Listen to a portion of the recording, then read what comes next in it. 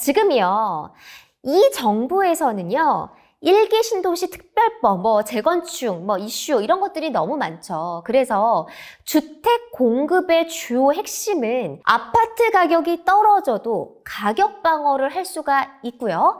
정말 호재가 터진다면 시세 차익을 볼 수 있을 겁니다.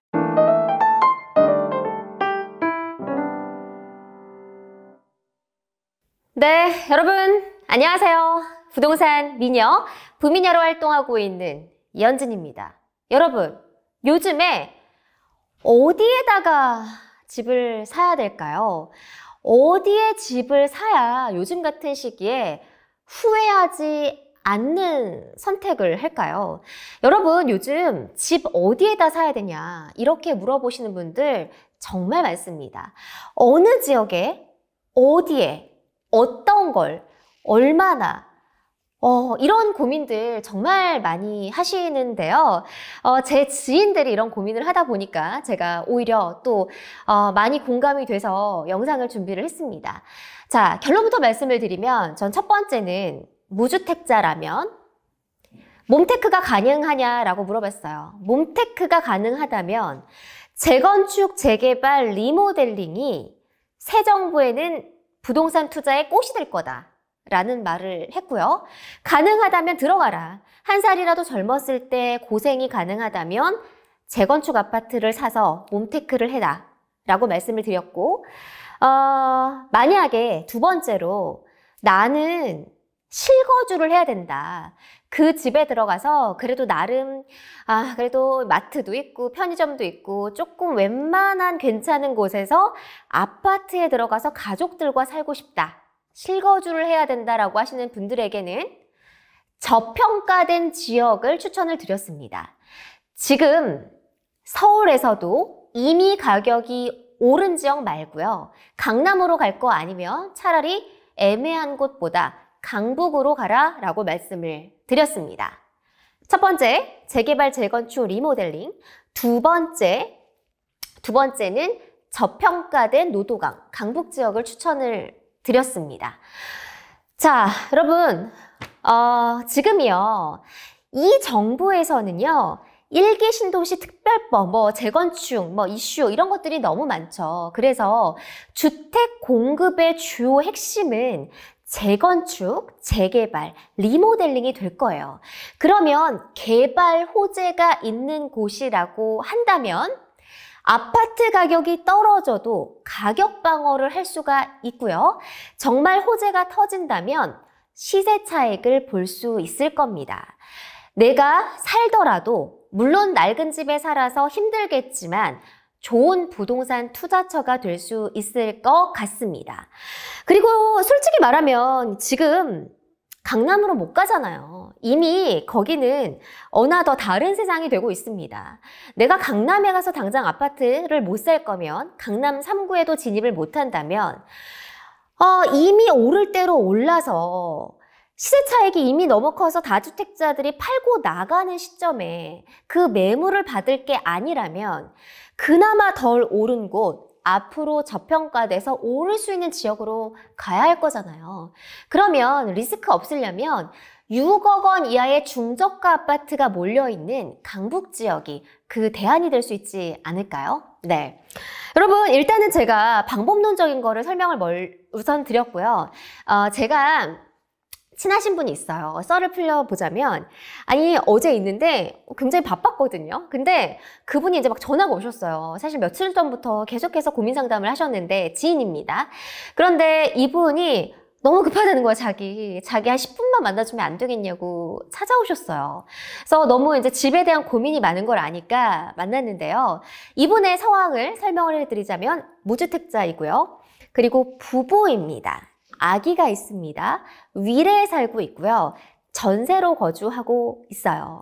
네, 안지는 한 4년이 넘었는데 집을 사라고 그렇게 제가 아주 많이 말씀을 드렸는데 여태까지 집을 사지 못했습니다. 자, 이미 지난 일이에요. 어쩔 수 없는데 사실 제가 뭐 영상이나 이렇게 강의를 할 때는 조금 더 보수적으로 말씀을 드리잖아요. 근데 이게 친한 지인하고 커피를 먹으면 이게 찐 진심 바이브가 나온단 말이에요.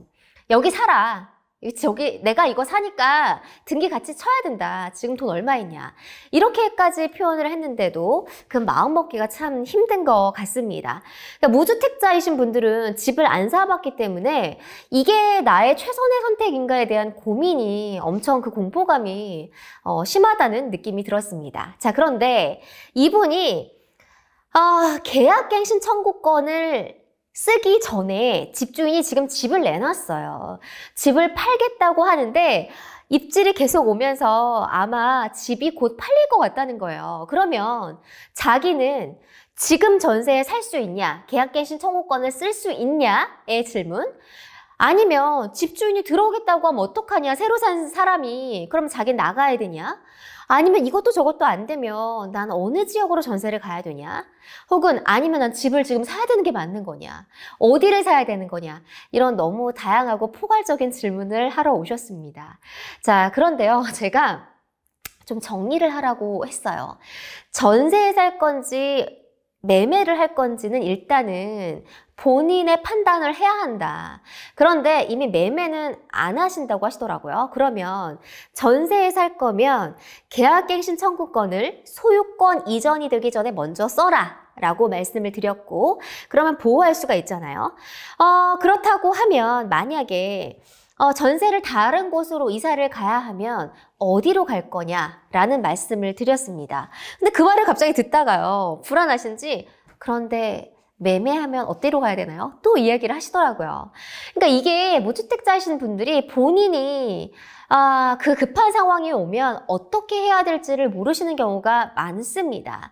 그렇기 때문에 이게 계속해서 상황을 주지하고 내가 어디로 가야 되는지 손품 발품을 팔고 해야 됩니다. 그 상황이 닥쳤을 때 하면요, 너무 고통스러워요. 여러분, 이게 진짜 무주택자가 전세나 월세에 대해서 이렇게 고통스럽고 고민스러운 게 피부로 와닿고 닥치잖아요. 그러면 정말 고통스럽습니다.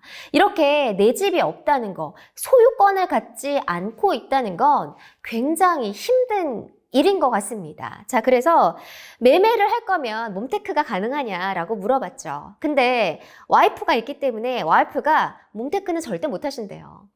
사실은 저는 지금 1기 신도시, 분당, 일산, 평촌 이런 1기 신도시와 아니면 서울에서도 재건축이 있는 이슈가 있는 단지들, 가능성이 있는 단지들이거나 혹은 리모델링을 추진하는 단지라도 추천을 드리고 싶었어요. 그런데 이런 것들을 재건축을 하려면 일단 기존 30년은 넘어야 되잖아요. 그러니까 얼마나 낡았겠어요.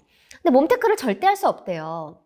절대 할 수 없다는데 전 조금 안타까웠어요. 근데 저라면 진짜 재건축이 될 만한 곳에 갔겠죠. 그리고 나서 고생을 좀 하더라도 그때 추이를 보고 어떤 결정을 할 텐데, 제가 그랬어요. 이거 평생 살라는 거 아니다. 그 집에서 재건축이 언젠간 될 수 있지만 만약에 10년 이상을 못 기다리면 중간에 팔고 나와도 된다라고 했는데 안 된대요. 그러면 그 돈으로 어디를 갈 수 있냐? 현실적으로 강남 못 가고, 어차피 서울 다른 지역도 이미 10억 이상, 당연히 13억이죠. 평균 이상이 13억인데요.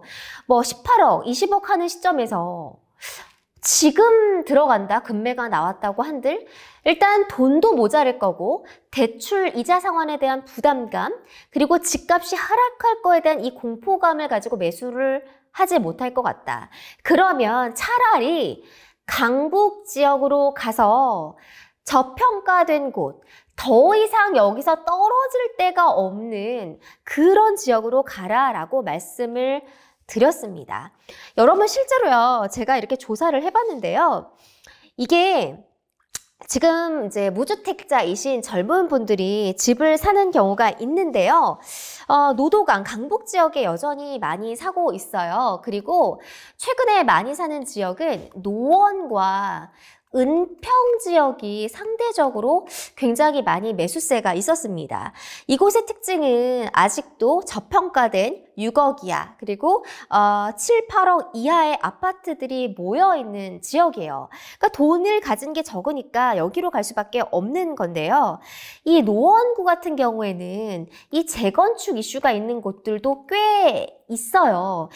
예를 들어서 뭐 상계주공 이런 데는 거대한 단지고 재건축을 추진할 수 있는 여력이 있기 때문에 30년 이상이 됐고 그 다음에 연한이 돼서 안전진단을 받을 수 있는 곳이라고 한다면 저는 추천을 드리고 있고 많은 분들이 실제로 2030 세대들이 매수를 하고 계세요. 여러분 고생도 젊었을 때 하는 거 아니겠어요? 더 이상 나이 들면 못 갑니다. 자, 재건축 아파트를 산다는 거, 그리고 리모델링이 될 아파트를 산다는 거, 재개발 지역에 간다고 하는 건 이미 약간 인프라가 지금은 안 좋지만 미래같이 미래에는 좋아지겠다라고 해서 참고 견디는 거잖아요. 그러니까 그럴 수 있는 용기, 그 정도의 인내심과 대가는 좀 필요하지 않을까 싶습니다.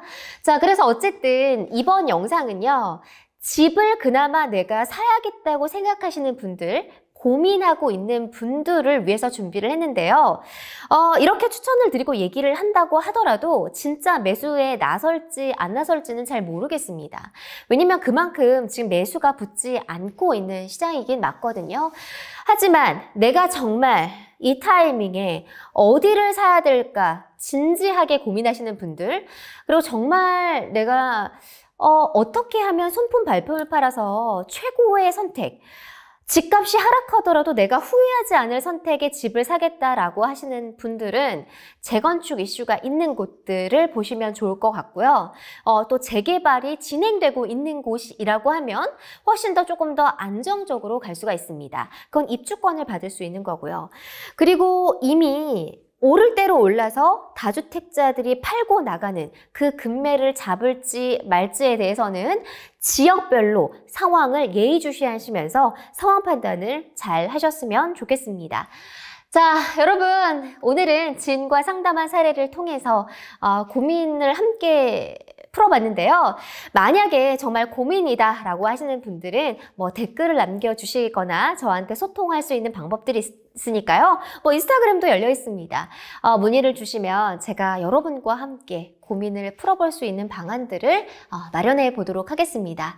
여러분, 집을 지금 꼭 사야 하시는 분들이라면 최선의 선택, 신중하게 판단을 하시고 후회 없는 선택, 과감한 용기와 손품 발품을 파는 그런 노력들, 그리고 앞으로 내가 이걸 감당할 수 있는 그런 여력과 대가에 대한 마음가짐이 확실히 필요할 것 같습니다.